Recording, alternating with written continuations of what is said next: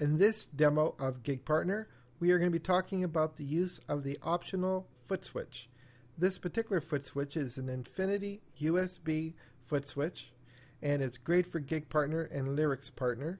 It has 3 easy to press buttons, and the middle button is nice and large, great for play and pause of your music. We're going to show you how to implement this foot switch in GiG Partner. Now, we have GiG Partner here, and we're going to load a gig, which we've created before, Diamond Lounge, and we're going to show you a few things. First, I need to draw your attention to this blue indicator bar. There's a large one up here, and there's a smaller one down here. Now see, the smaller one just turned on. That means that the foot switch will operate the multimedia section of our GiG Partner. It'll operate the volume, the play, pause, etc. When you're in this area, this blue bar will be highlighted instead. Now, I'm going to show you a little trick with GiG Partner. If there's no music playing, I can go over to the stop button and right click it. And what that does is creates a little window of a picture of my foot switch. Let me drag that right down here. Now I just created this little picture because you cannot actually see me stepping on my foot switch. So this little picture will indicate to you which pedal I am pressing when I step on the foot switch. For example, if I step on button number 1 on the left, you'll see the picture change. Button 2, the big one in the middle, and button 3 on the right. So whether I press button 1, button 2, or button 3, you can see in the picture which button I have pressed. Okay, I've reset my gig, and now I'm going to show you how to use the pedal for multimedia section. Multimedia section is active because the small blue bar on the right is lit. That means it operates this section when I press the pedals.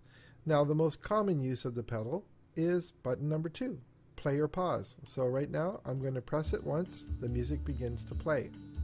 If I want to pause the music, I would press the same button again, but not just once, but twice.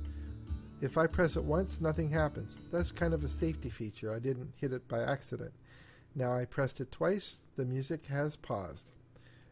If I were to press button 2 again, then the music would carry on from that point of the song. So I'll give it a press, and away we go. There are 2 different uses for button number 3. If you want to control the volume of a playback, while the song is being played, if you press button 3, it increases the volume by 5 units. And every time you press that button, it will increase it by another 5 units to a maximum of 100. This is a quick way of increasing the volume of your background tracks without having to go to your mixer. Lowering the volume is done a little differently. We press button 3, then button 1 right after, which drops the volume down to 40. Now we can raise the volume to the level we need by pressing button 3 until we get it to where we want. Now keep in mind that button 3 doesn't just control the volume of the song. It controls the volume if the song is being played. However, if we pause the song and then press button 3, what will happen is now button 3 will load the next song to be played, which in this case is song number 2 in our set list. We'll press button 3 one time, and Overkill is loaded and ready to go. Now I'll just simply press button 2 and play the song, and we're off and running. Now you've seen button 1 lower the volume to 40 if we first press button 3. But that's only if we first press button 3. The other function for button 1 is to change the modes. Now so far we've been playing around in the media mode with the foot switch, but let's say we want to cue a different song to be played next. We can do this hands-free by pressing button 1, which moves our mode from multimedia mode up to setlist mode. As a practical example, I'm going to start the music playing, press the button 1, go up to the top. Using button 3, I can move down the list. Now button 1 moves up the list while in the setlist mode. So if I move down to a song I want to play next, and I press the play button, it will cue that song to be played next. You can see that the song is in red. Now, without pressing any buttons, after a period of time, GiG Partner always returns the screen to normal mode, which means that the multimedia section becomes in control again. You'll see the bar turn blue down here. And once again, the foot switch operates the multimedia section. What if I pause this song and select a different song using the foot switch? Well, let's go up to the top and let's find a song that we want to play.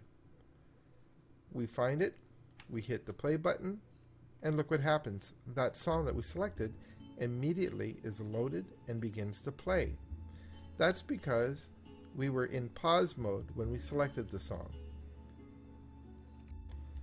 So now we've seen how we can use the foot switch to play, pause the music, we can skip to the next song, we can go to the set list and queue up or bypass a song to be played next, and we can even control the volume of our songs, all with using just a 3-button foot switch. It'll take a little bit of practice, but you'll appreciate the functionality of the optional foot switch with GiG Partner. Thank you for watching this demo, and check out the rest of the GiG Partner demos. Thank you.